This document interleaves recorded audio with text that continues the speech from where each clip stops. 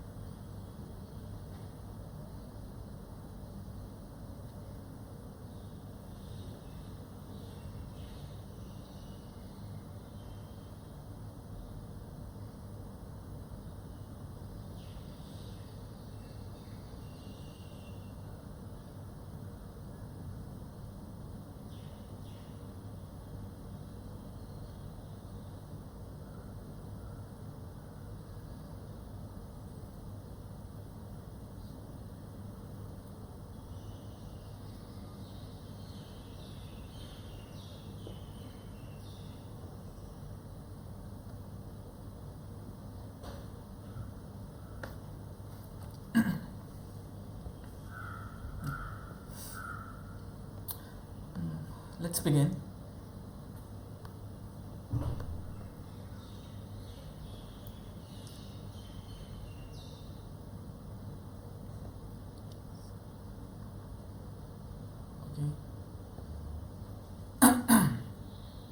Yeah. So, good evening, everyone, and welcome to this doubt solving session for Matlab based programming lab in chemical engineering. So, we are in week 9 of this doubt solving series, where every Tuesday we meet between 6 to 8 p.m. to discuss various Matlab programming problems related to chemical engineering. So, we pick a topic and solve that problem through programming in MATLAB, right? So each session we have learned new concept and applied through it. Okay, so just brief about me. I'm Bhavesh Moorjani. I'm a Prime Minister Research Fellow and I'm your TA for this course. So I have completed my graduation from MS University Vadodara, where I did my bachelor's in chemical engineering. After that, I was working at Gujarat State Fertilizer, and then I joined IIT Bombay in a PhD program. So in my PhD work also, I use Matlab for some of the research part, and I was introduced to Matlab in my bachelorates. So that's why I have selected this course, so that I can help you in some way to learn Matlab easily, right? These are my social sites. If you want to contact me regarding any Matlab query, you can try to contact me here, right? Uh, as I was saying, like we are in this week 9 session of this doubt solving part, right? And what till now what we have discussed is we started with the basics of MATLAB, why modeling and simulations are needed for us as a chemical engineer, how MATLAB aids us in that aspect, and then from week 3 onwards we selected a method, and we will look at the particular types of equation that we as a chemical engineer deal with. What are the numerical methods available to solve that, how we can solve that equations in the MATLAB, and then we focus on some real world example of that problems, right? So till now we have covered system of simultaneous equations. We have covered linear non-linear equation solution. We looked at ordinary differential equation, single variable, multivariable problems, right? And then previously in the last week we started with the ordinary differential equations boundary value problems. So where we learned how to solve these boundary value problems through MATLAB programming, right? So today we will continue that concept. Now before I start the today's part, I want to make one correction. So if you have attended my previous class, like the last class, week 8 class, or have gone through the YouTube part, so the for the ordinary differential equation boundary value problem, I had considered this example of catalytic palette with reaction diffusion, right? Where you have a first order reaction A giving a product B, right? Where reactant A diffuses from a pellet surface to its inside, while simultaneously reaction is also happening, and then because of that the concentration profile is created within the pellet, and then we were asked to find the this profile with time. We were asked to plot this profile. Now one aspect which I directly took as, instead of considering the change in the concentration with time as a separate parameter, I took it equivalent to the reaction rate. However, the change in the concentration with time will happen from both factors. One is the diffusion part, so this is the first one, and second is the reaction part, right? So if you had paid attention to this class, and the week 9 contained of Professor Deshpande, right? So in his week 9 lecture also, what he has done was this, he has considered this spherical catalytic palette example, right? So here the dc by dt term, like change in the concentration of component A with respect to time, it will come from two parts, like one is the diffusion and second is the reaction, right? So previously I considered dc by dt is equal to rate, which should be corrected, right? Now one thing was like, since we had not started with the partial differential equation, so this was kind of a simplification on ODE boundary value problems, right? But here this kind of equation becomes partial differential equation. Why partial? Because you have a derivative of concentration with respect to two variables. One is time and one is your radius, right? So that's why same derivative of same component with respect to multivariables. So that's why your problem becomes partial differential equation problems, right? And then in this week class, sir has solved this entire problem, right? So what I will do is I will correct this part. So same thing, like we will follow the methodology that sir has done it, right? And then we will try to solve this same problem, but instead with the corrected mass balance equation, where the change in the concentration is contributed via both the component. One is diffusion and another is the reaction, right? And then we will try to analyze our system by changing various parameters. Okay, so this was the one correction part. Obviously we will try to solve this entire problem again, but I just wanted to make that note, right? So again, this is our problem statement, that we have a catalytic pellet with a reaction diffusion. Scenario is same, that you have A giving B as a product, right? This is your reaction. Reaction is happening inside your catalytic pellet, where A diffuses from the surface to the catalytic pore, and then because of which you get a gradient of concentration from the catalyst surface to its core. Now when we put the mass balance equation, this is how we get the change in the concentration with time. Now here I have considered the spherical coordinates, that's why we have this r squared term, right? Where your change in the concentration with time will happen. So one is you have a diffusion, so because of diffusion your concentration will increase inside the pellet. At the same time your reactant is being consumed in the reaction, so that's why you have minus rate term. Since it's a first order rate, that's why rate is equal to K into Ca, right?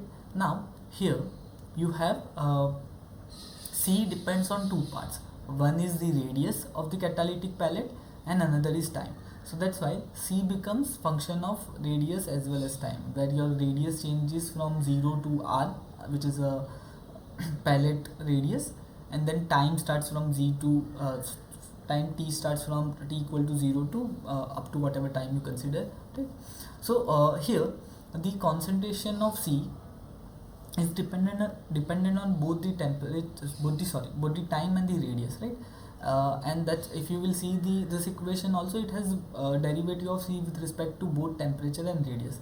Thus it becomes partial differential equation, right?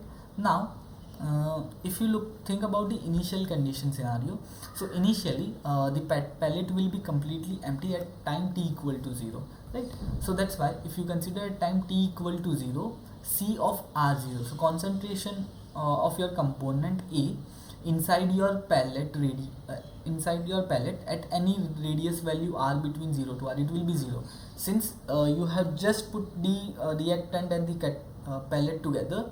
So within the pellet there is no reactant, that's why CR0 at time t equal to 0 is 0. Then the boundary condition becomes that at the surface, the outer layer of your pellet will be exposed to the bulk of your component, right, Ca. So that's why at R, for any time t greater than 0, your concentration, surface level concentration, will be Cs, which is the maximum concentration of a component A that we have considered, right, or C solution here. Another thing is at the core of the reactor, so once the component starts to diffuse from the surface to the center part, right? So when it will reach at the center, there won't be any concentration gradient. That's why change in the concentration with respect to R will be 0 when you reach at the core part, right? So at R equal to 0, dC by dr becomes 0 for any time t greater than 0. So compared to the previous lecture, what additional thing we have is we have this partial derivative equation, right, partial differential equation, along with the initial condition. So previously we had not considered time part, so we had just considered two boundary conditions only, but this time we have this initial time conditions also, where at time t equal to 0 every concentration is 0. So before starting on solving this problem, what we are doing is we will dimensionalize this equation, right, for a better calculation purpose and for better interpretation, right. So consider this y and x as a ratio of concentration and radius to its maximum value, dimensionless time tau as dt by r square, right. And when you do this and rearrange this equation, you will end up with this part, right. So this is exactly the same part, but if you will put instead of c, you have to put y into cs, instead of r you have to put x into capital R, right. And when you do that, and similarly for time t is equal to tau r square by d, you will end up with this equation where you get this phi parameter, which is your Thiele modulus, which gives you the ratio of actual reaction rate to diffusion rate, right. And these are your initial conditions, boundary conditions in the dimensional less parameters, right. So if you will look into the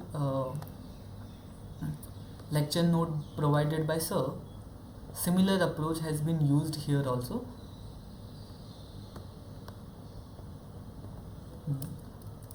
Since you have multi-variable equation, sometimes it's better to do the dimensional less calculations for that, right. So same thing was done here. Yeah, the equation is converted into the dimensional less parameters, right, where you get the ca star, r star, t star, and the alpha parameter. Okay. Then comes the solution part. Now here,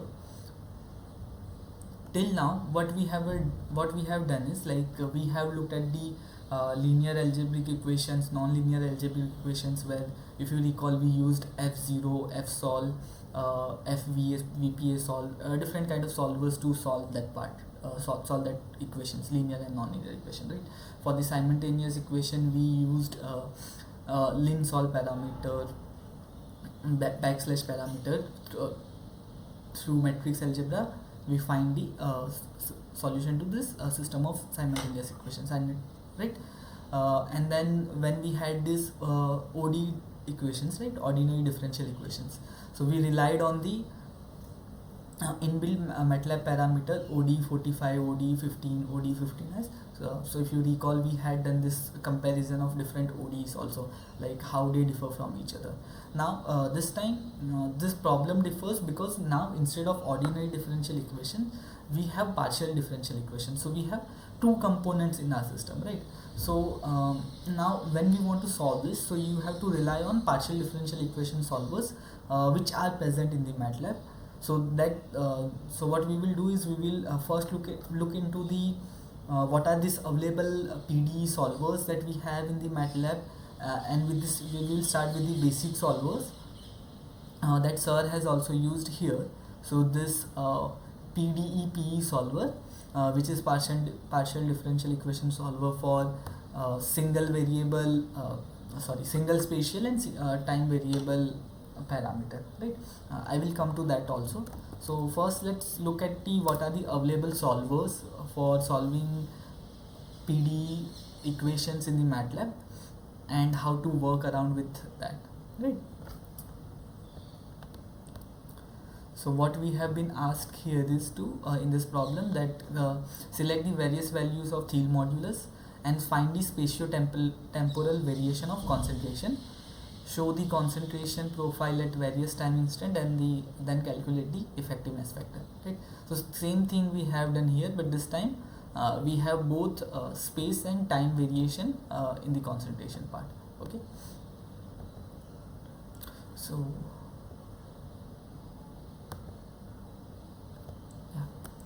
So as I was saying, we want to see what are the PD solvers, right? So I don't know as of now anything. So rather than that, let's search in the documentation part. I'm writing PDE.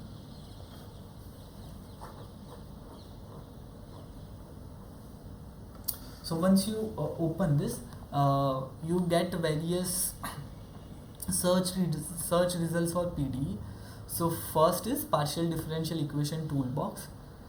Some of the solvers related to the PDE are part of this PDE toolbox. So if you use any of the solver that we will do in today's class, and if you find that it's not there, Matlab will ask you to install that package, right? And if you have a license, it should be easy to install. I'm not sure about the online version. I think for the online version it's already available there, as you don't have to do any specific installation. Right, so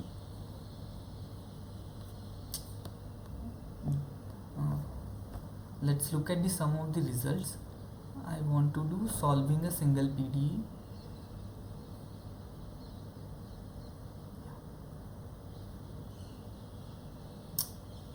PDX1.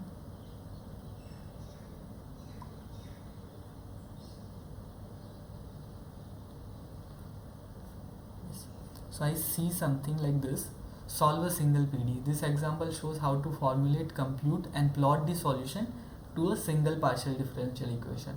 What is single partial differential equation? So one, obviously you have a time derivative, and on the second part you have the spatial part, you have the only one variable x derivative, right? Or any variable x1, y1, whatever you are considering, right? So this becomes a single PDE equation. Now I'm not going into this detail where you have been taught various types of PDE, right? I think here, yeah. So if you have a parabolic partial differential equation, its form will look like this. If you have a hyperbolic partial differential equation, you will have a second derivative with respect to time parameter also, right? Now solution to both will require you to call some other solvers, right? So as of now we are not looking into that aspect, but this is how, like, currently my equations follow this kind of equation, this kind of a format. That means the the equations that I have, the PDE equations that I have here, is a parabolic type, right? Now to solve this equation here, this PDE, this command is being used in the Matlab, right? So we will look into the details of that, but before that, let's look at some of the other results. That's not here. Right. Let me search help PD, and what I get here.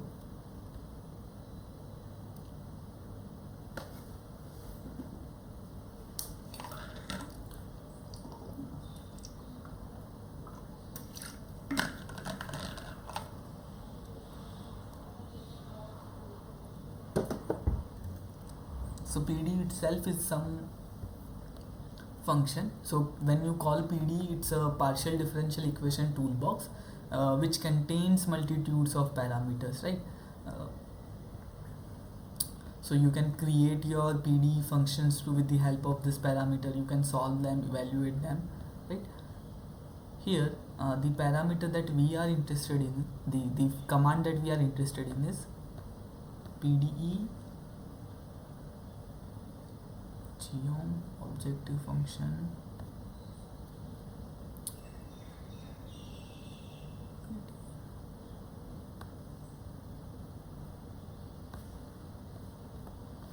that is help PDEPE, yeah, right? So this PDEP,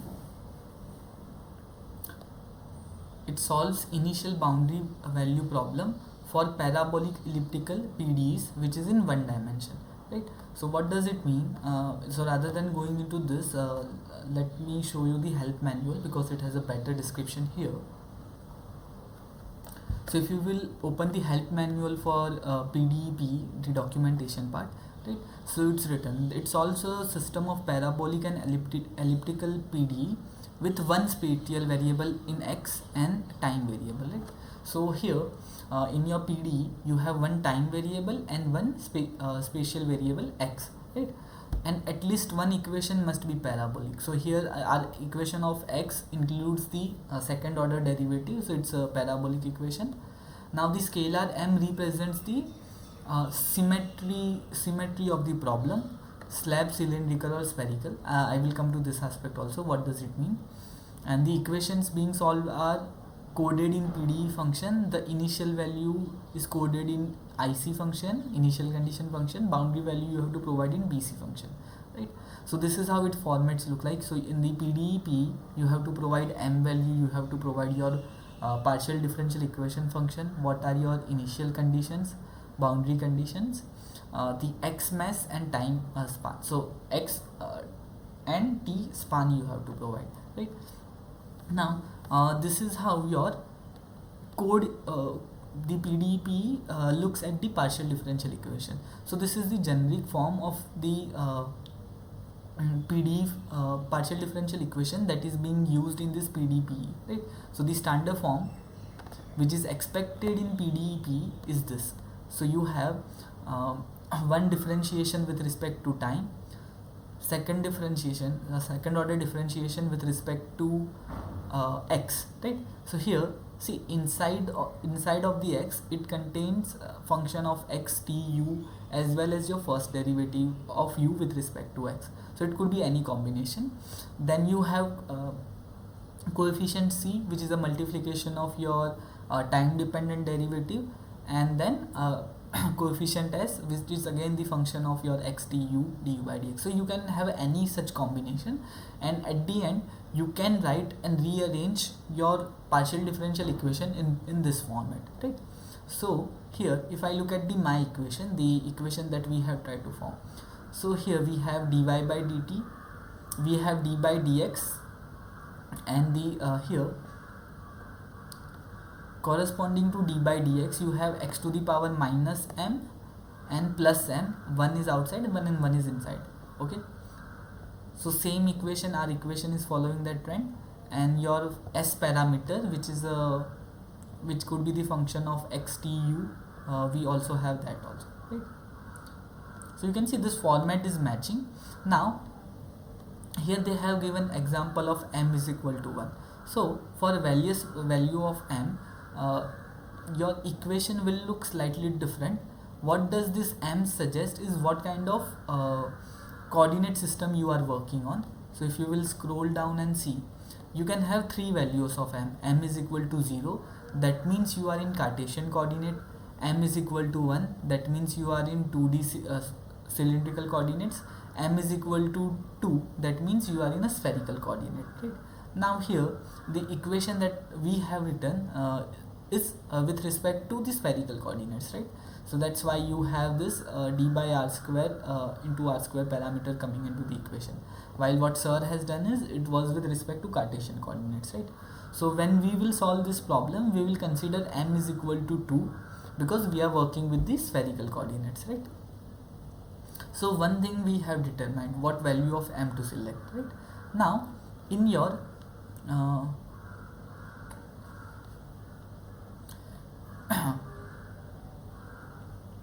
so in your this equation PDEP function, when you call it, you have to provide various values, right? So what are these values are? So first you have to provide what is the m value, then PDE function, initial condition function, and boundary condition function. So let's look at this example again, what they have provided, right? So for this example, like if we consider this PDE that they have provided, that m value is 1 because x to the power minus 1 is there. Then coefficient of partial derivative with respect to t is the your c parameter, okay? So that is parameter c, here it becomes 1. the function parameter which is under the spatial derivative, that becomes f, and any plus additional constant part, your or the function part, your becomes your s, right? So here the description of each and one is given, right? So now when we call the PD function, we have to provide what is the value of c, what is the value of f, and what is the value of s. So for that you should have a function which gives you the c, f, s parameter, right? So this is how your function will look like. So in this case what they do is we create a function which gives us the parameter c, f, and s for our partial differential equation, right? So this is how it has been done. Then you have to also code the initial condition part, right? So initial condition, for initial condition also you have to define a function which returns you the initial value u0 at which is at t equal to t0 for all value of your x, right? So you provide that, and so this function returns the initial condition. Then similarly you have to code the boundary condition. Now the boundary condition equation, when you will look at, so the boundary condition has to be written in this format. So this format is, your boundary condition should be function which represents some parameter p, which is a function of xtu plus qxt into function of your xtu du by dx is equal to 0. So you have to rearrange your boundary condition which resembles this part, okay, and then put the value again in the functional form, right? So here you write function in this fashion, where you provide the left bound of your x, left value of your u, right bound of your x, right value of your u, and time parameter, and then you provide pl, ql, pr, qr, which are nothing but the boundary value parameter for this equation, right? So here the description is also given that pl and ql will correspond to pl, ql parameter for the left boundary where your x is equal to 0, pr, qr corresponds to the right boundary parameter for x equal to 1, right? Okay. So this the format of this PDP function is very much clear, that you have to first create a function which represents your partial differential equation by specifying what are the c, f, and s parameter for your partial differential equation.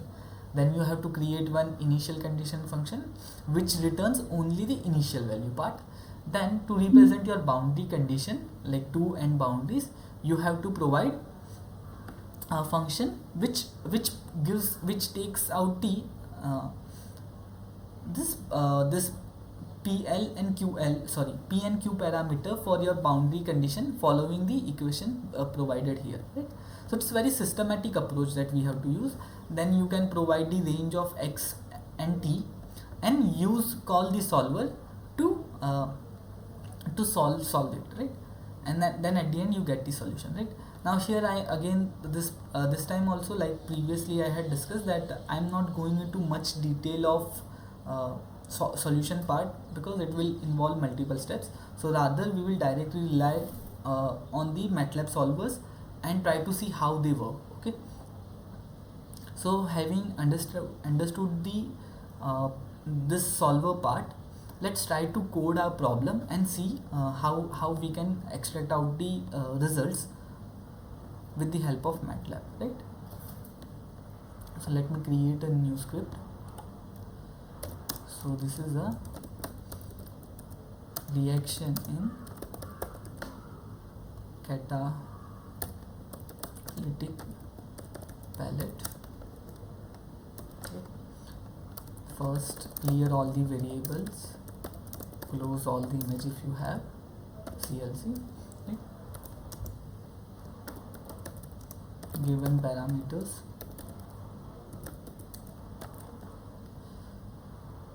let me start first.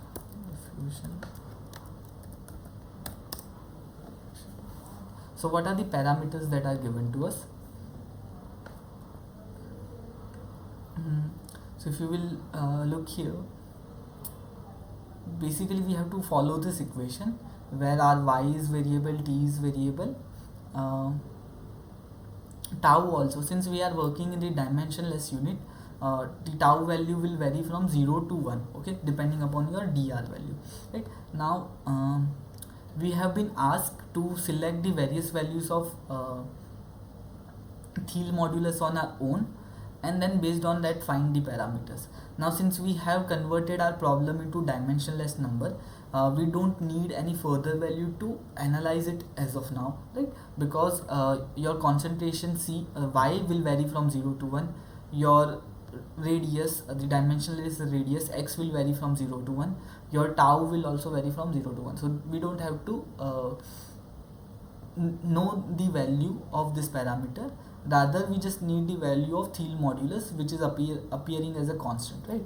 So for that we have been already asked to assume the consider the value of Thiel modulus, right? So let me create a global variable for phi, and let's define its value as initially I'm considering the 3, so it's a ratio of your reaction rate to the diffusion rate, right?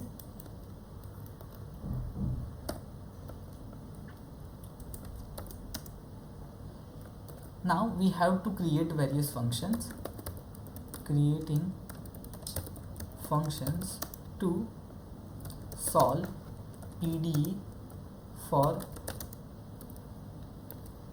diffusion reaction problem, right? Diffusion reaction problem. So first function will be PDE function that provides the value of CFN. Here if you believe, we have to create a function which will provide the value of CF and S, right? CF and S. Now obviously you can create this function file separately also, but as of now I want to keep everything here, so I'm not creating any specific file. Catalyst PDE, right? What should be the input parameter? So again take this as a reference, that you have to provide your variable x, time variable, your u variable, and your differential variable as an input, okay? So the same strategy I will follow to code this problem. So we have to provide your x variable, time variable, y variable, and its differentiation dy dx, right?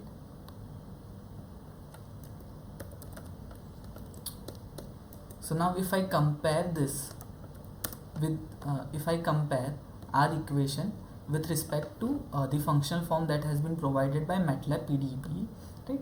So here the coefficient c, which is a multiplication in du by dt term, it turns out to be 1, right? So dy by dt here is 1. Your m value, which is x to the power minus m, is 2, okay, right? So here you have x squared, so your m becomes 2. Inside your derivative with respect to spatial parameter, you have your function f, which is dy by dx, right? So this is your dy by dx, your f becomes your dy by dx, and then your constant parameter, which is minus phi square y, okay, Thiel modulus square y. So this 3 we have to provide. Our c is 1, your f is nothing but dy dx, and then your s becomes your minus our Thiel modulus, so phi square into your parameter y, right? Into y. So this defines my function. Now function to provide initial conditions, okay? Now what are our initial conditions here? So initial condition says that for at time t equal to 0, all the concentration inside your pellet is 0, right? Okay. Now the format that we have to follow is this, that we call a function, we create a function which collects the value of x which collects the value of x and then returns the value of initial condition, right? So here we will have function y0 is my initial value, catalyst, initial condition I'm calling x, and my y0 is becomes 0.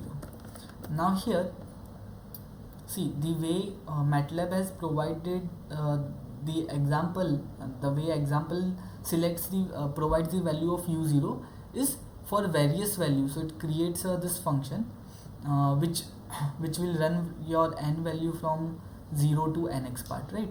Now for us every value is 0, so I can just directly put y equal to 0 here. Let's say if you have a various value, like with radius r you have a profile, then you have to put that part here, that y0 will be defined in terms of the x. Okay, now function to provide boundary conditions will be written here. So function, now for boundary condition we have this 4 parameters: pl, ql, pr, qr,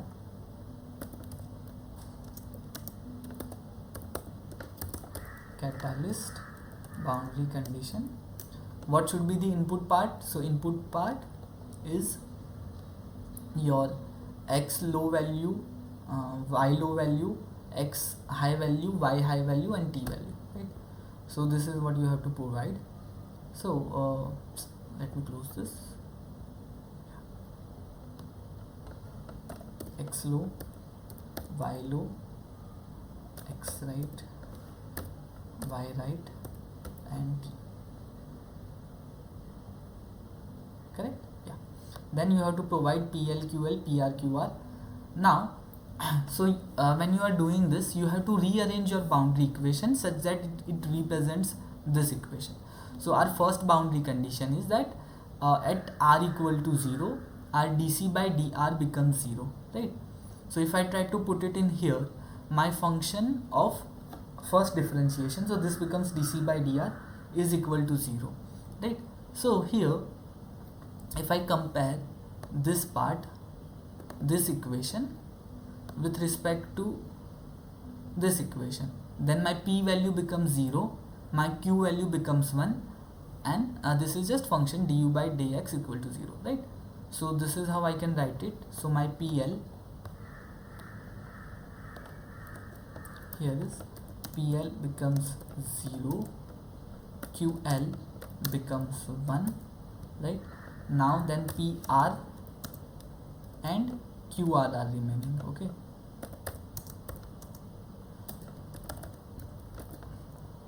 so for that we will compare the second boundary condition with respect to this equation, right? So second boundary condition says at surface c is equal to cs, right?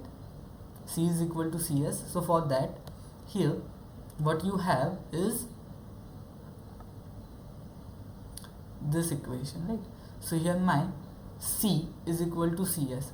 So what will happen is my so q, again q will become 1, okay, q will become 1.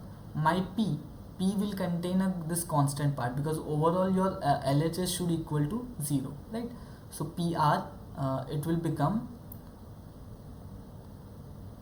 cs, sorry, it will become negative of cs, right? So if I substitute it there, let me just confirm it, that r minus 0. So yr is qr is 0 because you don't have any function, and then pr is equal to yr minus 1. So yr minus 1, and this becomes 0. So if you will try to relate it here, your q terms become 0 since you don't have a function of x du by dx, right? So q we are putting it at 0. I will have a function pxtu, right, which should be equal to 0, right, and in your boundary condition you have this cs minus uh, in this part, right. So if I convert into the dimensionless number, which looks like here, right, so y minus 1 is equal to 0, right. So your PR becomes y minus 1. At right hand side boundary condition you write it as yr, right. So this is how we have defined our equations. Now since it's I'm defining the function in the normal scripting file, they will be kept at the end, right. So this is my one section. Now another section, so this is reaction global parameter. Now calling the PDE PE solver to solve PDE equation. Now here first what I have to provide, I have to create the X mesh, right. That will be, so between X starts from 0, X is a ratio of your radius, right, R to R max, right. So it will start from 0 and will go to maximum value of 1. Now in between data point you can decide, so let's say we decide we want a 50 data points in between. Then the time data, so for time your tau, so this t actually represents your tau. So okay, so here I am using t, but consider it as a tau, right. So tau again is a dimensionless parameter, so it will vary from 0 to 1, okay. So here also let me consider 0, 50 data points in between and 1. Sorry, actually I have to use linspace.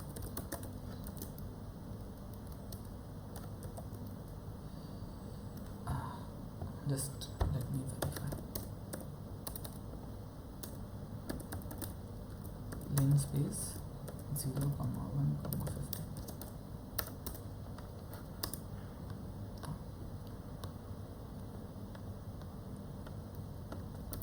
Linspace 0, 1, 50. I'm generating 50 data points for my dimensionless radius. Similarly for my dimensionless time I'm generating this data point. Now my solution is equal to PDE solver. You have to provide your m value, right. So for m value we are putting it 2 because we are in spherical coordinates, right. So your m, then what you have to write, your PDE function, which is catalyst PDE, then your initial condition function. So catalyst initial condition, then your catalyst boundary condition, then you have X span, which is X, you have T span, which is T, right, and then further options. So we don't have any further option as of now, right. So till this point we have coded. Now what else? 0, 1 tau m1.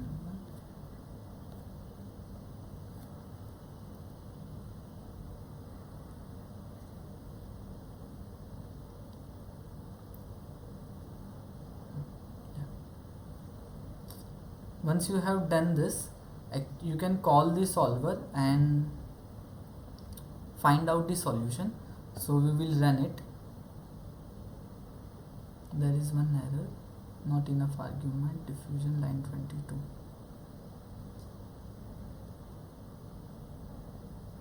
What happened? F is equal to dy by dx. It's not taking it.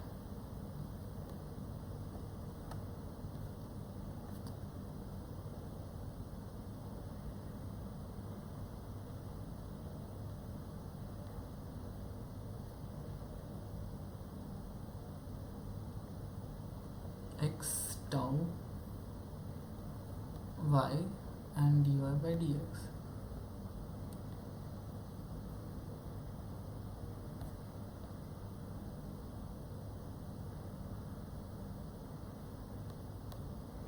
Why it's not taking this value?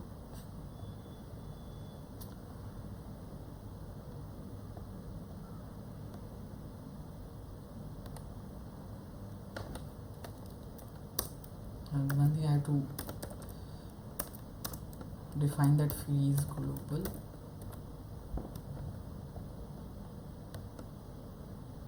Not enough argument.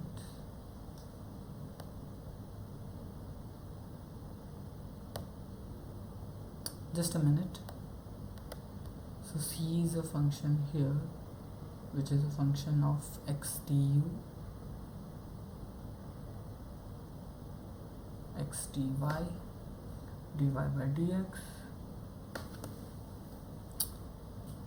Yeah, I'm calling it correctly. Why it's not recognizing it? C is equal to 1, y is equal to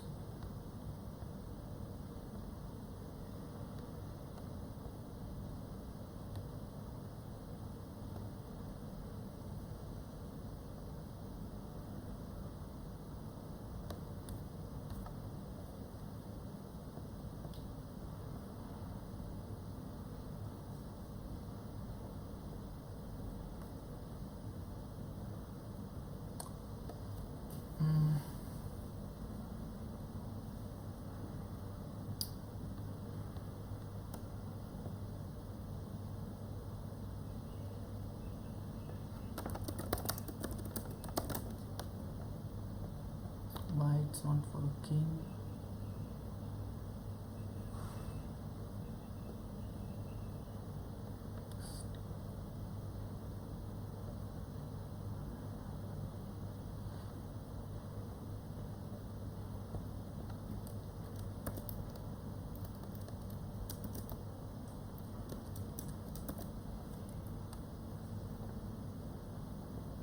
Yeah, okay, sorry, my mistake. I just directly wrote the name rather than stating that these are the functions. Okay, so that's why it was looking for dy by dx, but it could not find it. Okay, so the @ part you have to write to call the function. Okay, now once I have called it, I can see the solution here, which is some 50 cross 50 matrix, right? So my initial value, so this is actually my y value. So initially at t equal to 0, all the y values were 0, right? So my row represents my time and column represents your dimensionless radius, right? Then after that, at t equal to t plus dt, you get a concentration profile. Now once this is generated, what we can do is we can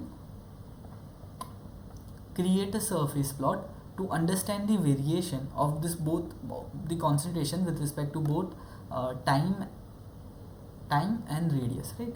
So for that you can rely on the surface plot, right? So here you can see you have surf plot where you have to provide x value, t value and your variable value, and then you can create it. It will create a surface plot which shows the variation, right? So let's do that.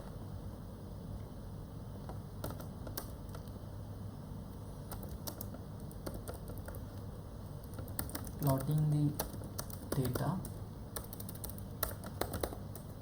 So I have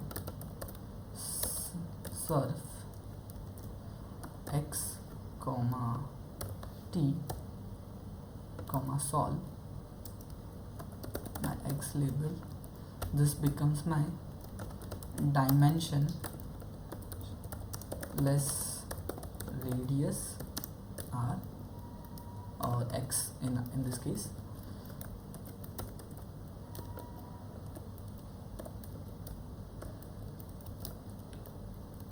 This is your y label. Y label will represent dimensionless time. Now I want to use the symbol tau. So for that, there is this command. If you will look into the printing part, you will realize it. Okay. What else we can do? We can provide a color bar if we want. Color bar. Okay, and see.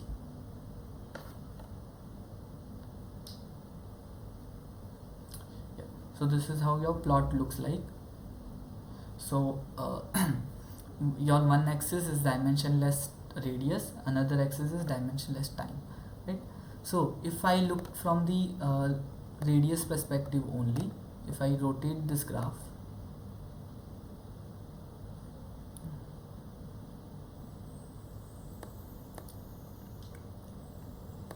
so what is happening at t equal to 0, you have a you start you don't have any profile. At t is equal to dt, you start getting a profile which your reactant is diffusing, it is going inside your pellet, right? So that's why initially at t equal to 0, for your core part, your concentration is less. As you move ahead with the time, more diffusion happens and you get the steady value of your reactant at the core, right? That's why here the slope becomes the 0. Your concentration is maximum 1 at the outlet, right? So that was another boundary condition, and at t equal to 0 all the values were 0. So here if you will look, the graph starts at 0 point here, right? So this is how your plot looks like. We can also here we can further label it. I have forgotten to label z part.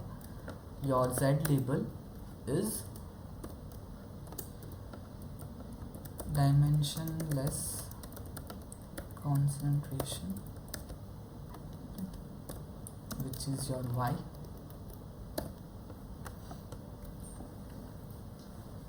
Now this is for one Thiel modulus.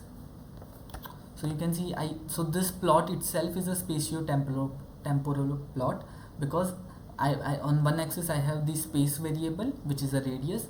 On other axis I have a time variable, and this is my component which I am looking for the variation, right? So this is a spatio-temporal plot. What we have been asked was that we have been asked to select the various value of phi and find the spatio-temporal variation of the concentration. Now another thing we have been asked is show the concentration profile at different time instances to see how this change is happening. Although this 3D plot tells me how the variation is happening, but for a better visualization, let's try to create a 2D plot, okay, which will further show how the variation is happening at different time instance, right? So my x part will show the dimensionless time. Now here my y value, my solution, as I said that a column represents your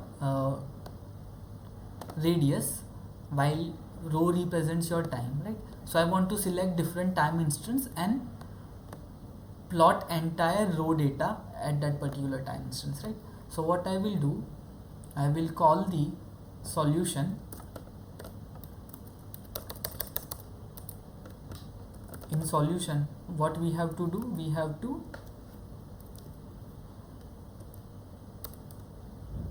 plot the first row and all columns, right? I can provide line width. Let me provide line width 3. Line style can be dash dash. This I have to write first. Line style dash. Then I can provide a label, right? A display name, and I will write tau is equal to percent f, which will represent your t is equal to 0, sorry, t1 part. So this is one thing. Then let me do hold on, put another plot. This can be at the 5th time instance, right? T5. Then 10th time instance, 10. This is 10, and at the end I can put it. So end of a solution. For this I will do green line with a dashed part and the end. Okay, let me see how it works. Now we have got some error. Yeah, the display name part I have to see the command. Display name, yeah, we have to write in bracket num to string. So just look at into this command as of now, because I don't remember it. That's why I'm getting this error. So when you are doing a display name, you have to write it in this fashion. After calling the display name, you have to write your tau, and then I'm converting, since it's a string variable, you have to convert it t0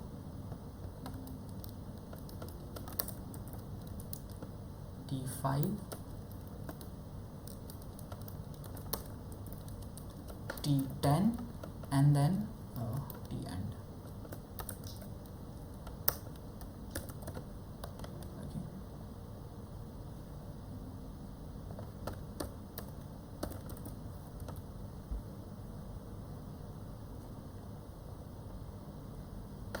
Now what happened? Unrecognized. Again my mistake, because I'm doing T.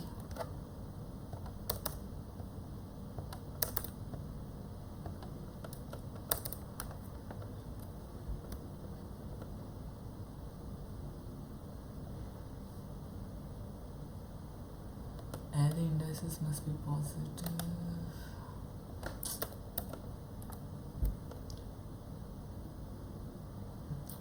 So this is how your plot looks like. So it doesn't show the label, but this is at t equal to 1, right?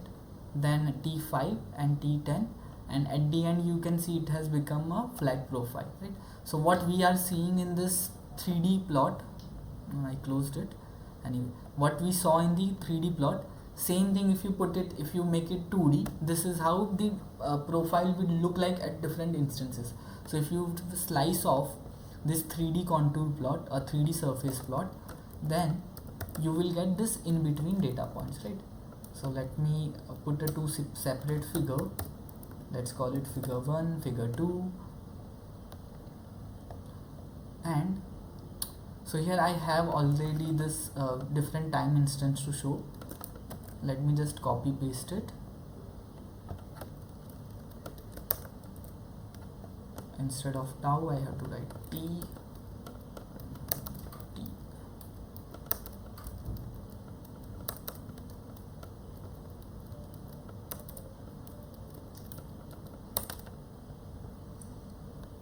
So your 2, 3, 4, 2, 3, 4, 5, 10. 2, 3, 4, 5, 10, 50 and end value. Right. This part, anything else to modify?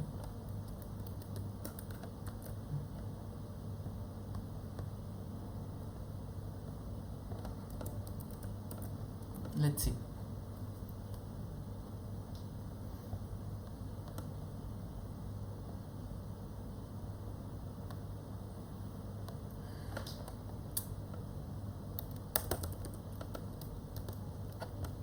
Again my mistake, since I'm slightly in hurry, I'm using wrong variables.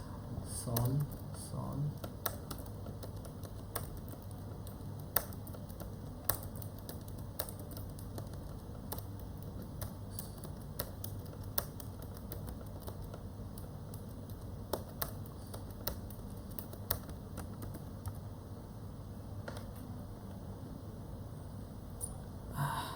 Why still error is coming? Unrecognized variable sol, because it's capital.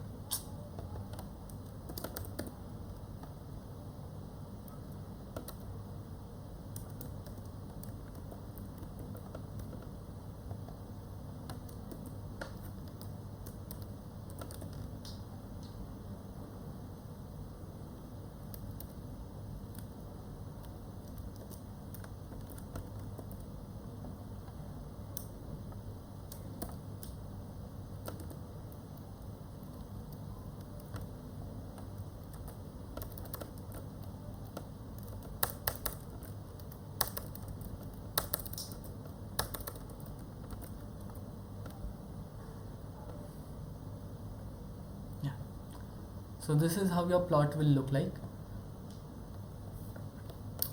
So this surface plot, if I just rotate it and try to look at a 2D part, right? So in the 2D part, this is how your profile look like. So this line represents different time instance, and that you can catch it in this 2D plot, that at t equal to 0, this is your profile. At t is equal to 0.026, this is how your profile moves, and as you move ahead with time, you reach to the equilibrium part, okay, where your profile looks like this at the end. Now what further we have been asked is that look at the variation with respect to various Thiele modulus. Now what does Thiele modulus represent? The phi represents the ratio of your reaction rate to the diffusion rate, right? So in this case, if I so in this case, if I change the value of phi, so right now it's 3, let's try to put the value of 0.1. What does 0.1 value say? 0.1 value indicates that your reaction rate is less compared to the diffusion rate. That means more diffusion should happen, so the concentration profile inside your palette will look much will be higher, right? And that you can see here. So initially only, with the time, you can see more and more reactant is coming inside your palette, and since the reaction rate is slow, it's staying as it is. So that's why within the inside the reactor also, at time t is equal to tau, tau is equal to 1, you can see the entire profile has a concentration of 1, which shows that your reaction is very negligible. Now let's look at the other extreme. Other extreme is that your reaction rate is much higher compared to the diffusion rate. In that case, all the reactants should be get converted, and you should not get any value right in the core part, and that is what happening here. You can see as soon as the reactant starts entering in the pellet, it starts getting conversion, starts getting into converted into the product, and within the core of your pellet you don't have any reactant at all. You have a zero profile, right? So you can play around with various Thiele modulus values and compare how your results look like, okay? As of now, I think I will stop here for this part. One more thing I have asked is to find the effectiveness factor. Now effectiveness factor is a again ratio where you consider consider the actual reaction rate that is happening inside in the pellet by the ratio if your entire pellet was covered with the full concentration surface concentration CS, and is given by 3 by phi square dy by dx as at x equal to 1, right? Now this small task I leave up to you, because you already know the phi value. You have to just find the derivative dy by dx as at x equal to 1, right? Now you have the y data, so solution, your concentration data you have with respect to x and time for all the time instances, right? So if I look at here, this is my yx data, this row represents my yx data. Now I have to find the derivative at dy by dx as at x equal to 1.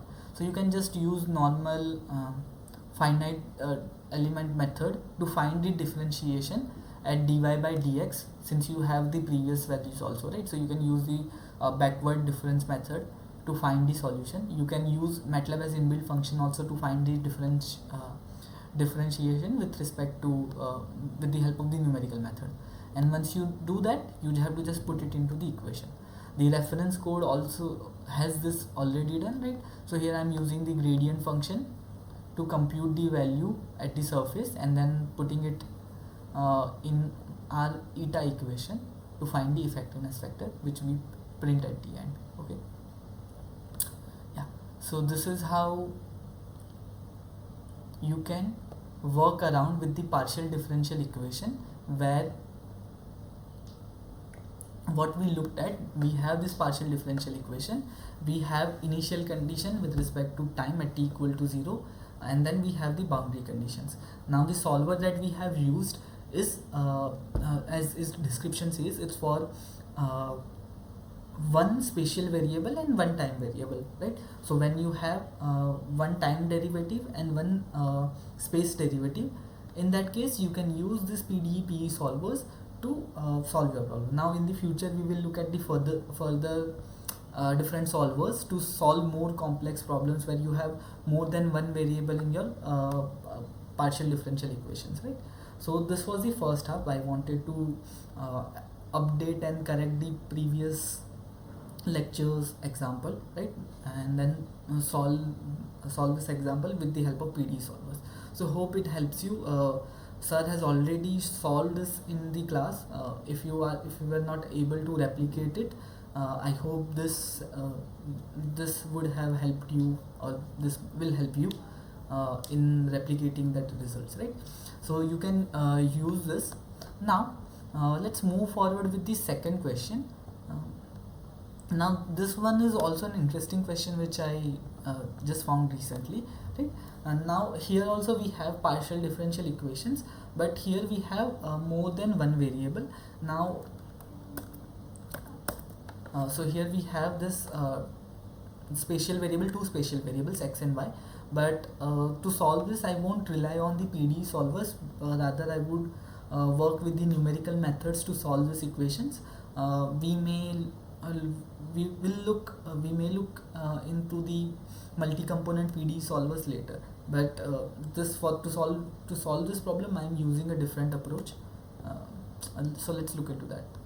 So you have a heat transfer happening through a fin. So it's an example of heat transfer in a fin. So if you recall your heat transfer phenomena, fins are nothing but this extended surface that we put onto the various exchanger or the surface to aid the heat transfer, right? So that your heat transfer becomes faster. So your transformers, if you will see, all the electric board transformers, even the various part of latent various part of heat exchangers, we add this extra fins.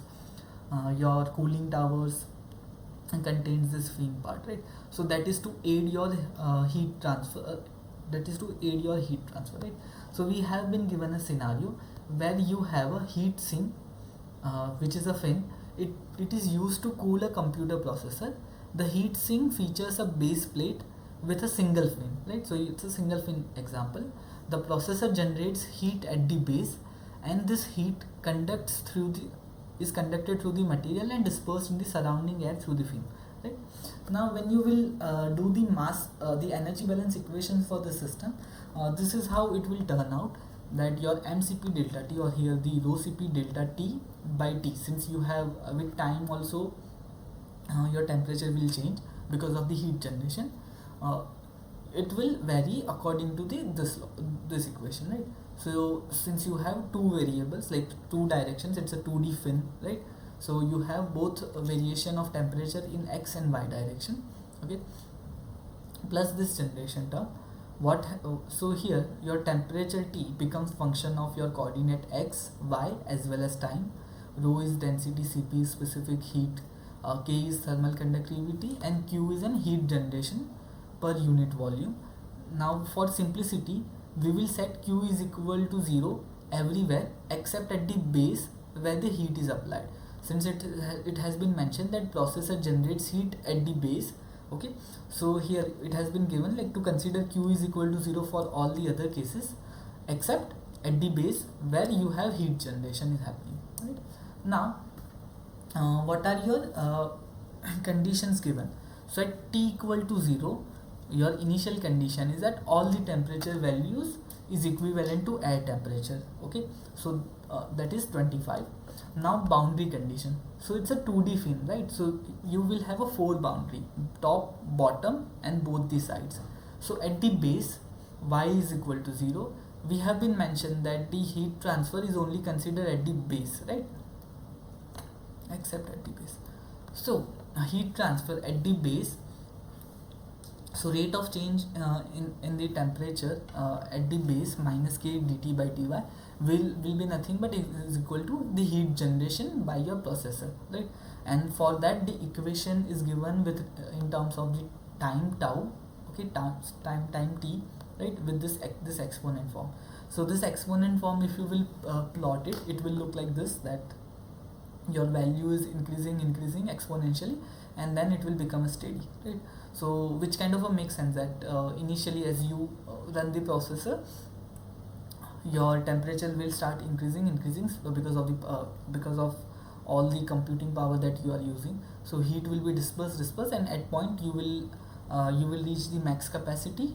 At that point you will have a constant heat dispersion happening, right? So this is how the Q generation curve is formed. At the top and both the side, you will your fin is exposed to the surrounding air, where your heat transfer will happen mainly through the convection, right? So for that, the rate of heat transfer at the top and both side, x equal to 0, x is equal to Lx, is equivalent to your heat transfer through the convection. Okay, so this is by H into delta T. Now we have to evaluate the change in the temperature of fin at various locations with time, considering the following parameters. So we have been given the fin property, the dimensions are given, the fin material property, thermal conductivity, density, heat capacity has been given. Then you have heat transfer parameter, H value, and the ambient temperature is given, right? So this information is given. Now as I said that this is again partial differential equation, where you have partial derivative with respect to time, you have partial derivative with respect to x coordinate and y coordinate. So it becomes a multi-component PDE. But to solve this, we won't be using PD, but we would use the simple concept of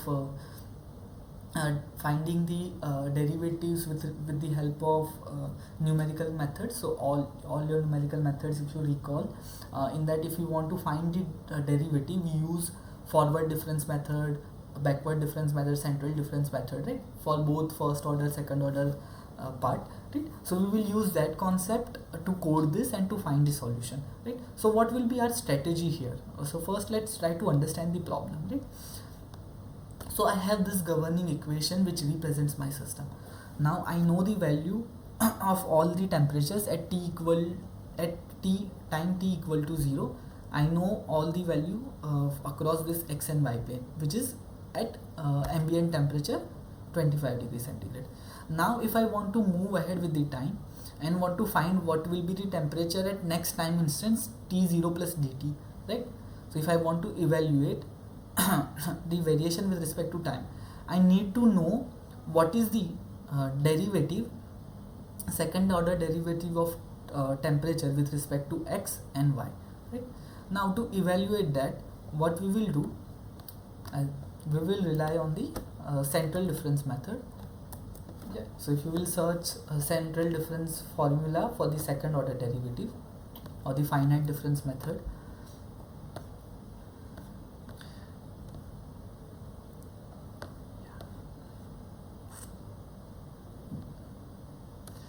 so if I consider the central difference method, right, so second order derivative can be computed by knowing the value at plus delta h, minus delta h, and x and the current value of x, right? So this is how you can find the second order derivative with the central difference method. Similarly, you can find the first order derivatives with the help of this equation.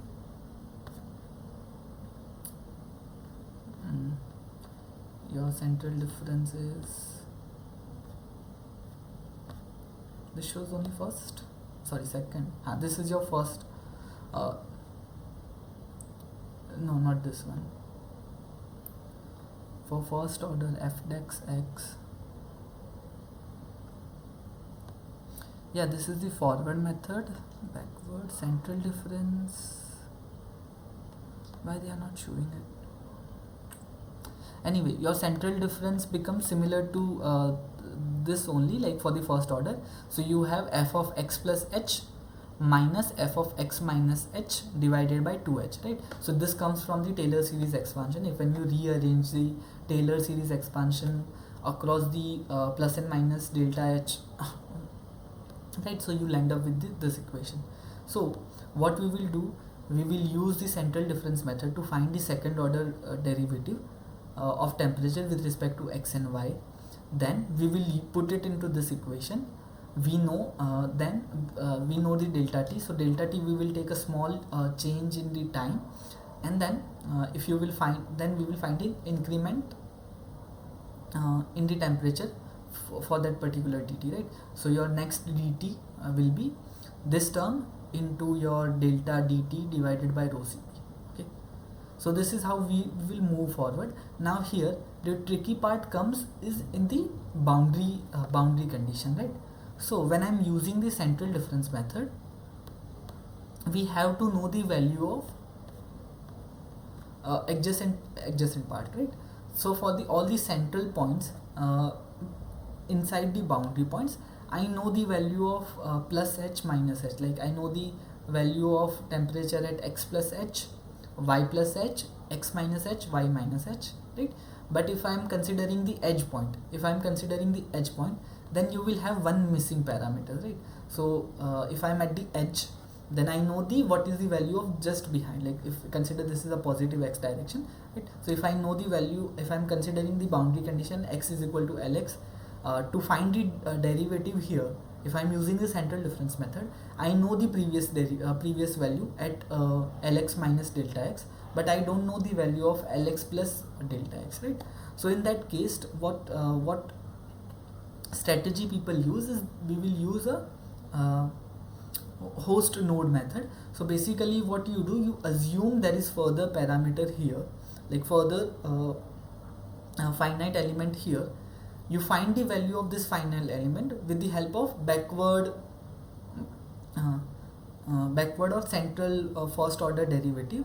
You compute this next value, the ghost value, and then that value use in your central difference method. I will come into that equation part also.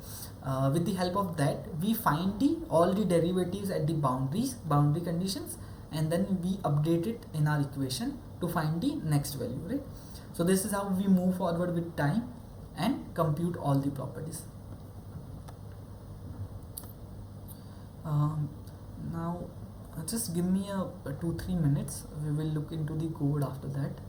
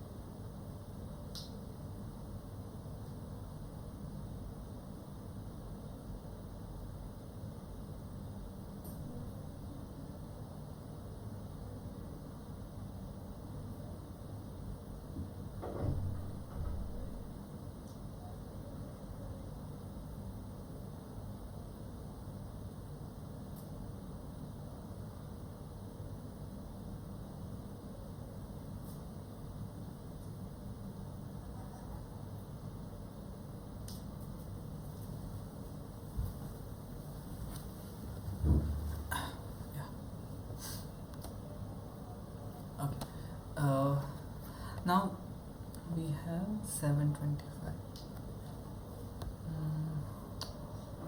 So what should I do?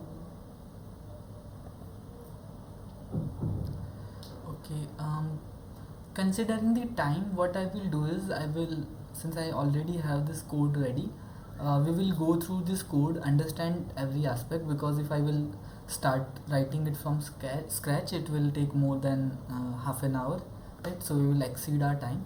So let's look into the code in detail here, and then yeah, and then you can try to code on your own. Okay, let me use one live script for some reference example. So we start with so this is a rectangular heat sink fin, right? So basic thing, that remove all the previous variable, close all the plots, clear the part, right? Now what are the parameters given? So what we have been given is the dimension of your fin. So its length is given 0.1 meter, its height is sorry, this is its height and this is its length, 0.1 meter, and then 0.007 is its y value, right? So width and height is given, okay, lx ly.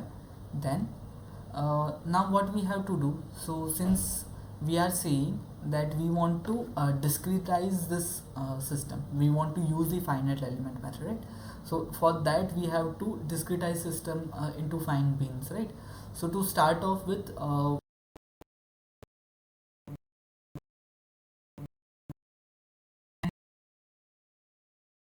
dividing x into the 50 parts and then y into 35 parts. Obviously you can select your own combination also.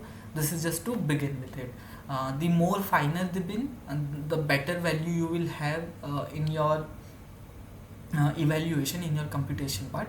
But then at the same time your computational power the computational power that is needed will go higher, because you will be evaluating more data point values. Okay, so you select the grade point according to your need and your PC specification, right?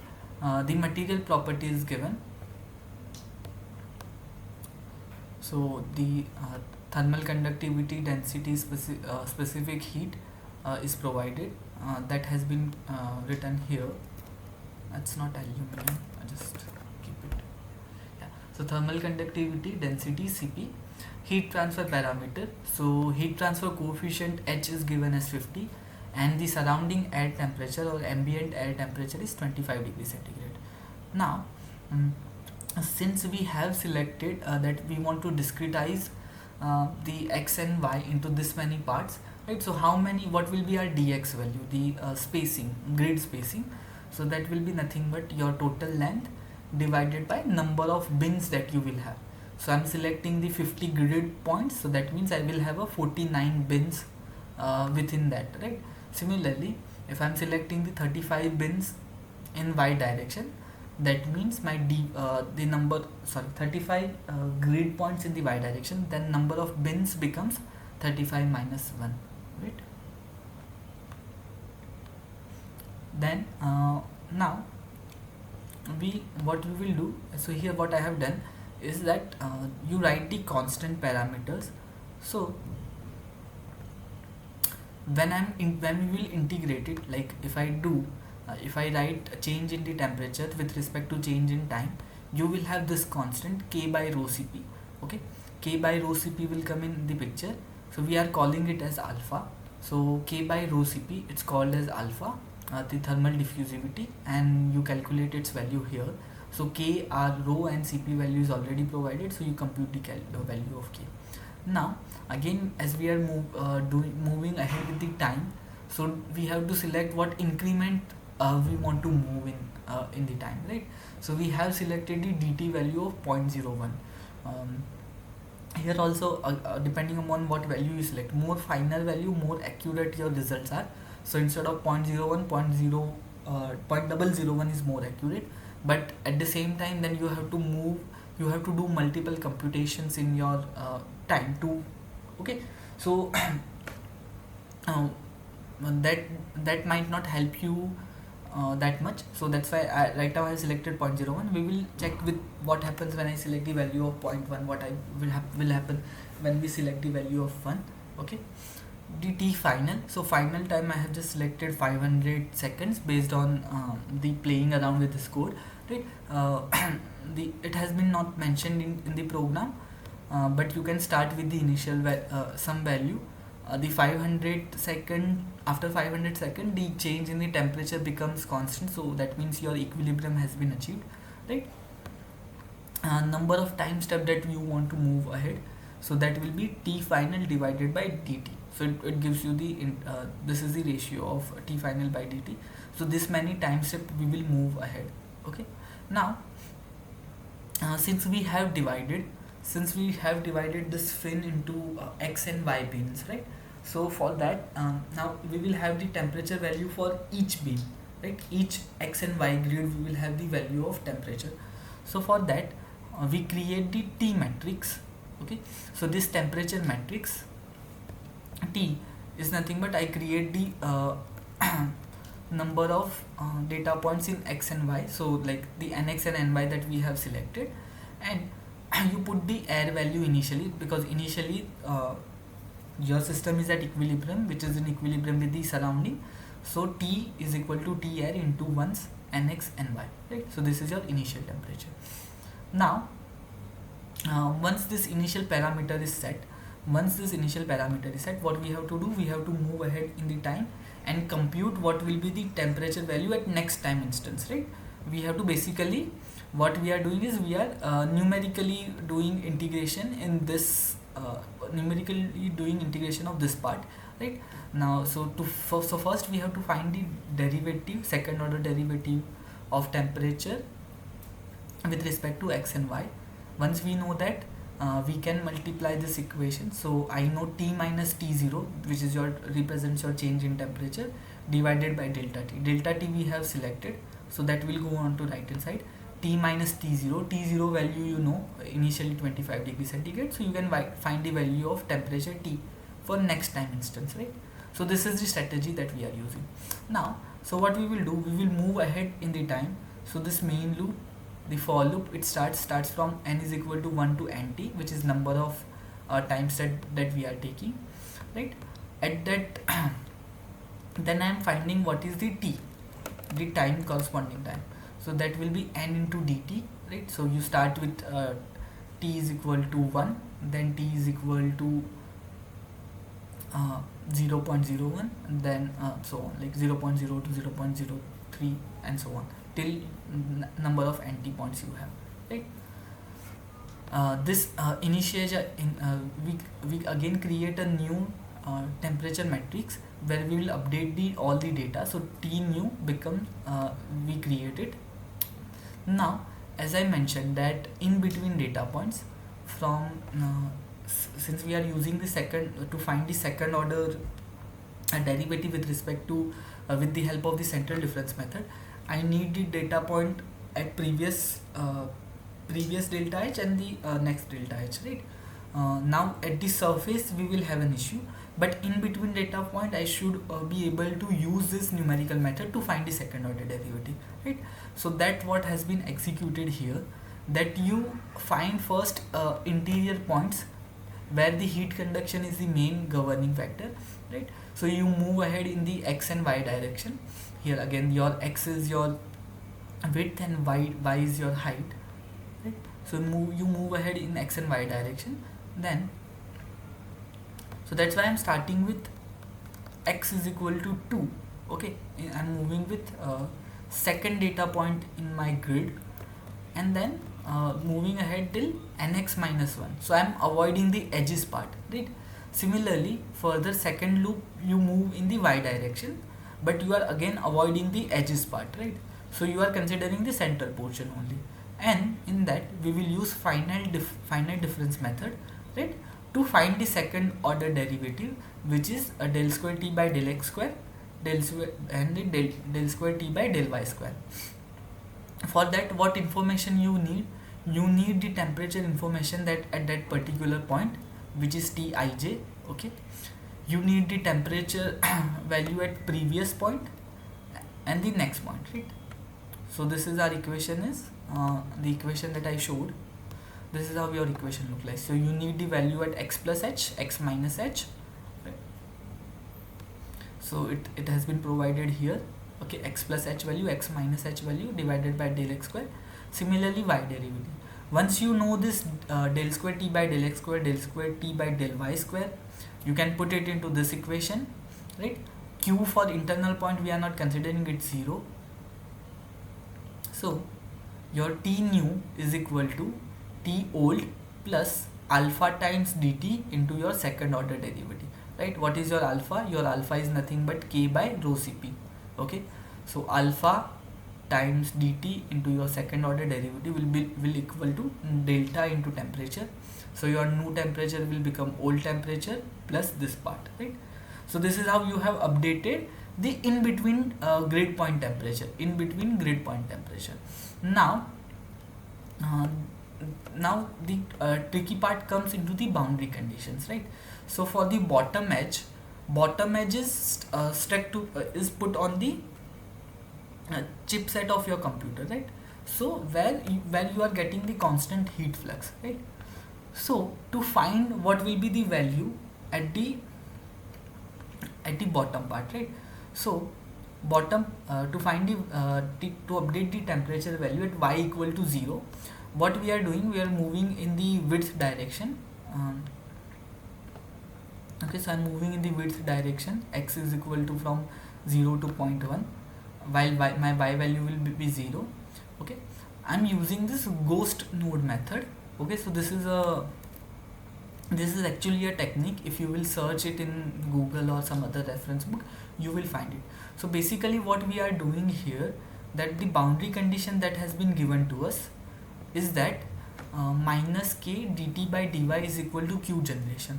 Now q generation I know, okay, which is related to this time dependent exponent equation, right?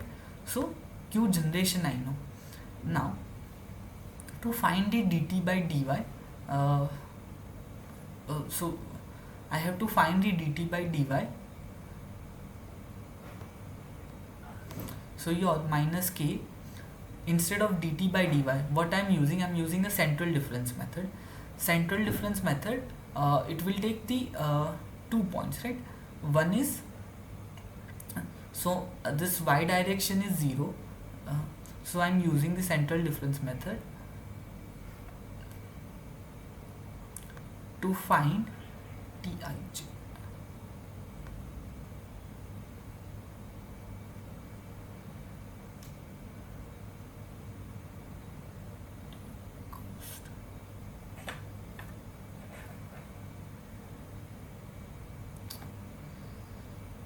Just a minute, what I'm doing here is the I2 1 and mine, which is the ghost, and for the ghost part, yeah. Okay, so this like explanation is slightly tricky, but let me try it. So this derivative is at y equal to 0. Okay, now y equal to 0, so that will correspond to your ny is equal to 1. Okay, y is equal to 0 will correspond to ny equal to 1 here. So if I want to write the separate difference across that, how I will write it? That will be t I plus 2, which is like y plus 1, minus t y minus 1, so 1 minus 1 0 divided by 2y. So this t I 0, okay, this is actually a hypothetical temperature that we are finding. So this will be below the surface, like below the base. If below the base if below the base I was going to consider some grid that will be represented by Ti0, and I am finding what will be that temperature. Since I know the boundary condition, I know the heat generated rate, right? So I am using, if you rearrange this equation, you will find a Ti0 value. So mind you that Ti0 actually does not exist. It's a ghost value. So this is your surface, this is your fin. You are at here, which is y equal to 0, right? Now for the central difference method, what you need is you need the value at here, like to find the second order derivative, you need the value at this point and value at this point. Now here below the y equal to 0, there is no point. Okay, so what you are doing is considering hypothetical scenario that if I have a data point here, what will be the value. That's why it's considered the ghost value. Now the notation changes here because in the Matlab you start with the indexed n is equal to 1, right? So 1 represents your the base case, 0 will represent the ghost case, right? So here I am finding that ghost value through the central difference equation, right? I know the boundary condition follows this part. So the differentiation derivative at y equal to 0 will follow this equation. Okay, y equal to 0 in the actual scenario will follow this equation. In Matlab this will represent dt by dy is equal to at ny equal to 1, right? And I am using central difference at ny equal to 1, finding the ghost temperature. Once I found that, then I can apply the finite difference method to find the second order derivative. Okay, so for the second order derivative, as I told, that you need the value at y is equal to 0, y plus delta h and y minus delta h, which will be your ghost part, and you find the dy. X derivative is easy to find at here, at the bottom plate. X derivative is easy because you know plus x minus x value, right? But for the y part you did not know what was the minus y value, right? So that's why we use the ghost method to find that value. Once you know that, again you can put it in this equation, right? You can put it in this equation. You have found the second order derivative with respect to x and y. You know the alpha value, so you find the new value at the bottom, right, for all the in between data points. Now for the edges part, again same thing happens. Like for the edge part, you have this boundary condition which is being followed, that is your k dt by dy is equal to heat transfer by convection. Now again, if we will use the central difference at y is equal to ly, and we will find what will be the value if I had an additional grid at y plus ly plus 1 step, right? So I'm finding t ghost. So you can see I'm using this, using the ghost method, ghost node method. You find if you had a next ny plus 1 node, what will be the value. So it's like rearranging this equation with the help of central difference method, and you find the ghost temperature. That's ghost temperature you use to find the derivative with respect, second order derivative with respect to y. Okay, so this is how you update the temperature at the top edge.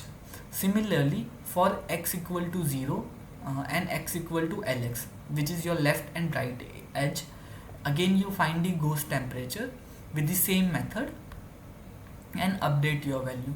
So once you do that, okay, once you do that, you have updated all the values. Like center value we first updated, then we use the ghost method to update the bottom, top and side edges, right?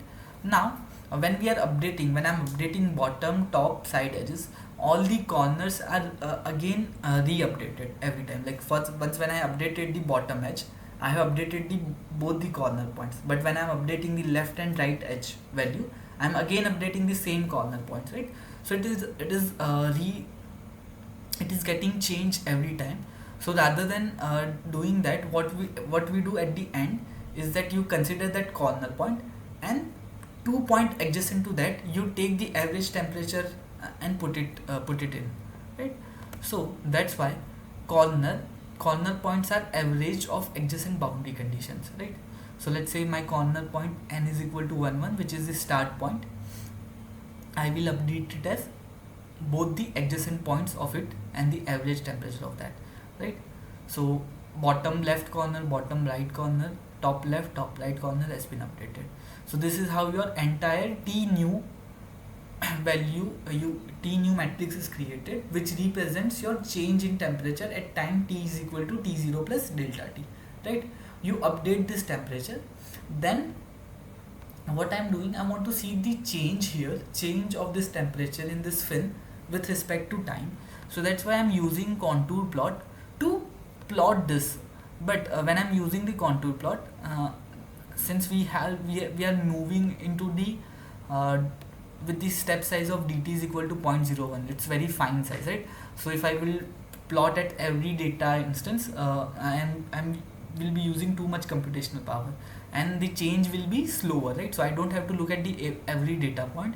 So I'm putting a condition that when your mod n divided by 100 is equal to 0, so basically every 100 step you you plot a contour figure, right? and and then this loop ends. Okay, now this is the first part. Let me run this code and then you will appreciate what I'm saying.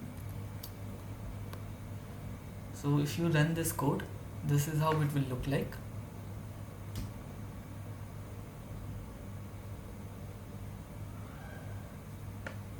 Yeah, see, are you able to see it? Yes. So this is my x length, this is my, sorry, this is x is a width and y is a height, right? And you can see from the bottom part your heat is being generated. So you can see, observe the temperature gradient coming from here to here. So my dark blue will represent 25 degree temperature, bright yellow represents 45 degree temperature. As we will move ahead with time, you will see change in color here. Now since I'm recording, it's moving fairly slowly, but when you will code it, and then you will see that you will be able to see faster animation.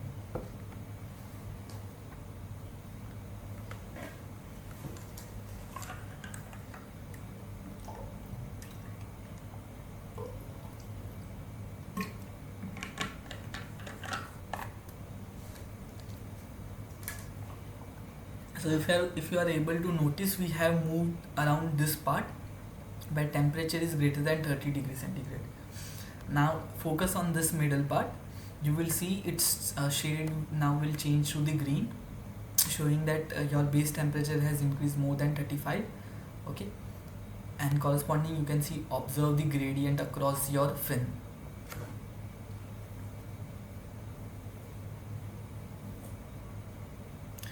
I hope it's captured properly in my recording. Yeah, now you can see the center part. Now you're moving ahead with the temperature value of 40, and that heat is dissipated on the sides, right? So it's moving ahead in this fashion.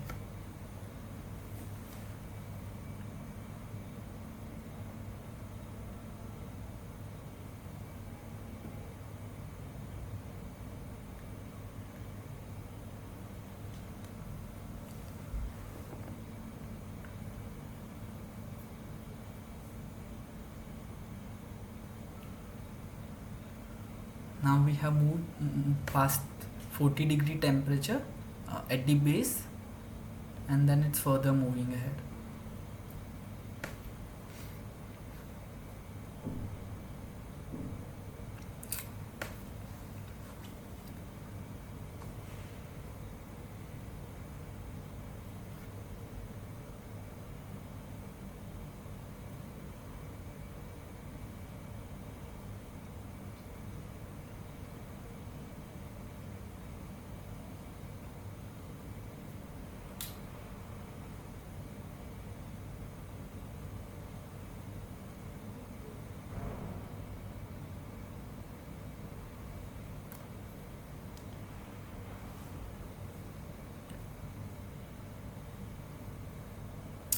And this is the final part, right?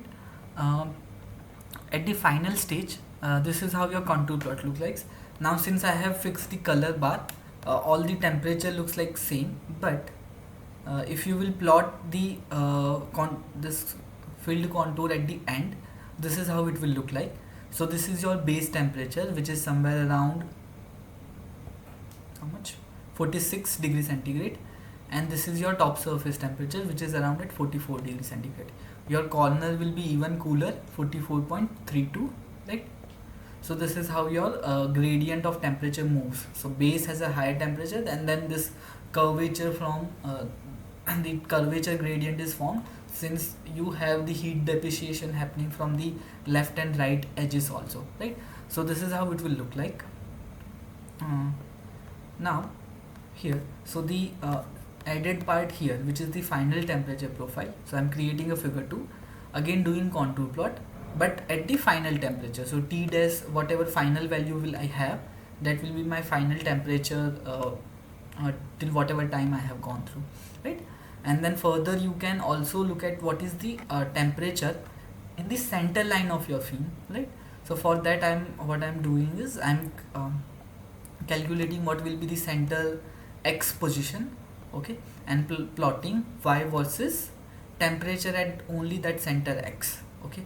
So here my t matrix, or the t nu or t both, yeah, this one. So T matrix contains my temperature data, right? See, remember we were discretizing 50 grid points in the x direction, 35 in the y direction, right? So this is my x direction this way, and y direction is this way, right?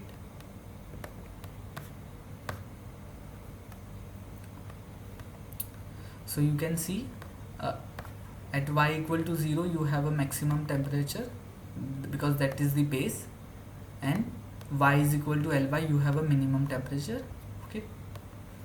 Now this temperature was still increasing, okay. You can further do the run time, so we have gone till only 500 seconds. You can go to 1000 seconds and see where your when you get the steady state. So here the heat generation term is this way, right? This is the heat generation term, which follows an exponent part. So if I plot it, sorry, close all, T is equal to 1 gem, 0.01 gem, 500, and my plot is T star. So this is how your energy plot looks like. So with time, your energy is increasing, it's following an exponent, and at some point it will become constant, right? So once it becomes a constant, you will after that you won't observe any change in the temperature of your fin, right? Since right now still heat is being generated, there is this temperature variation, but once you reach that parabola, like once you reach the end part of the parabola where your profile becomes almost constant or near plateau, after that you won't observe any change, okay. So that is there. The final part is the center portion. Now another thing, as I was saying, since we are using the finite element method, so the selection of dt becomes an important part, right? Dt as well as the number of grids that we have selected here. So if I just select 5 grid in the x direction, 3 grids in the y direction, and try to plot it, this is how it will look like.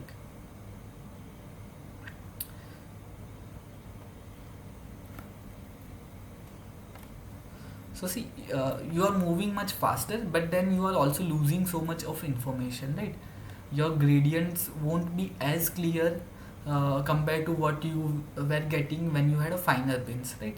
So here you have 5 bins, so 1, 2, 3, 4. You can directly observe that there are 4 grid points here and rest grid points here.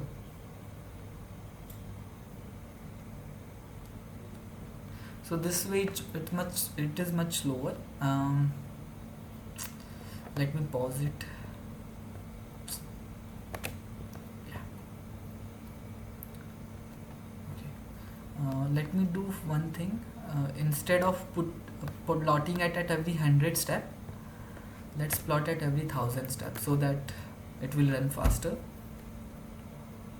Yeah. So see, compared to that finer, a more bin size, you are getting much lesser information. Okay, it's working faster, it's loading faster, but then the information that you get in the previous part is much higher compared to what you are getting here, right? So this is how your profile looks like. This is the center temperature of your fin, right? So temperature, this it starts from 42 and it goes till 41.4. Another aspect in this finite element method was selection of dt, right? So we saw if I lower the value of nx ny by 5 and 3, my value changes to some aspect, right? If you will see the t value, this was 42.6, but some information has been lost. You only have this much data point only, right? Now if I increase the dt, instead of moving at 0.01, if I move at every 1 second, then see what happens. So this is how your information looks like. You are barely getting anything. Okay,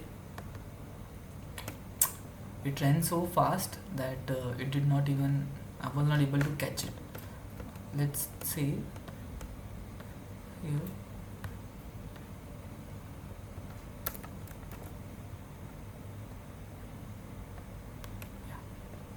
now, so if dt is equal to 1, this is how your plot will look like. See, your plot accuracy has gone down. It looks like same at every data point. If you will look at the temperature value, 42.56, it's much closer. So your error increases when your dt is higher, right? So instead of 1, now let's say if I take 10 and plot it, see, now I'm getting the wrong value, okay, and the temperature is shooting too much high. That means that dt is too much higher. These are completely garbage results, right? So when you are using the finite element method, selection of your step size becomes an important aspect, because based on that step size you are computing all the derivatives and moving ahead in the next step, right?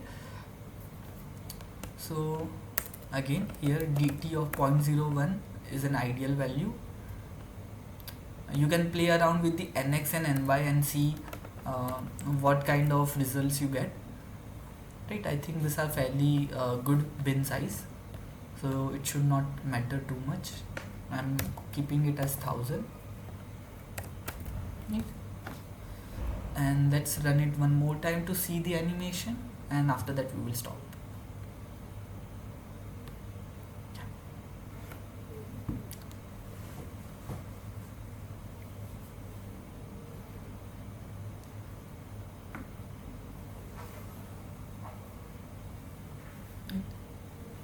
So this is how you observe the variation.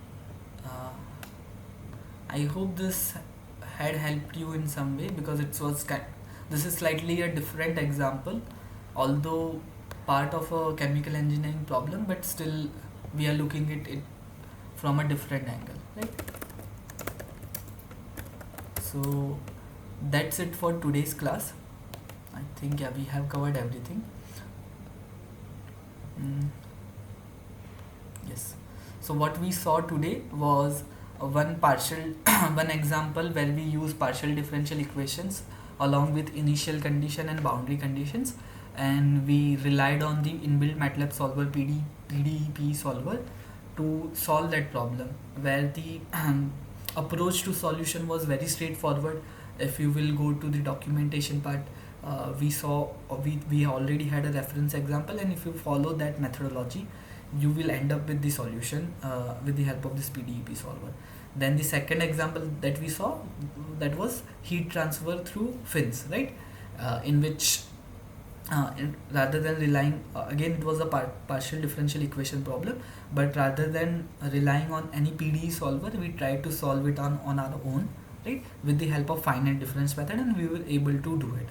Now one task you can think about as an example, homework or a self example for you is think about how we will be able to solve this same problem, the heat transfer through fin problem, with the help of PDE solver that are available in the Matlab.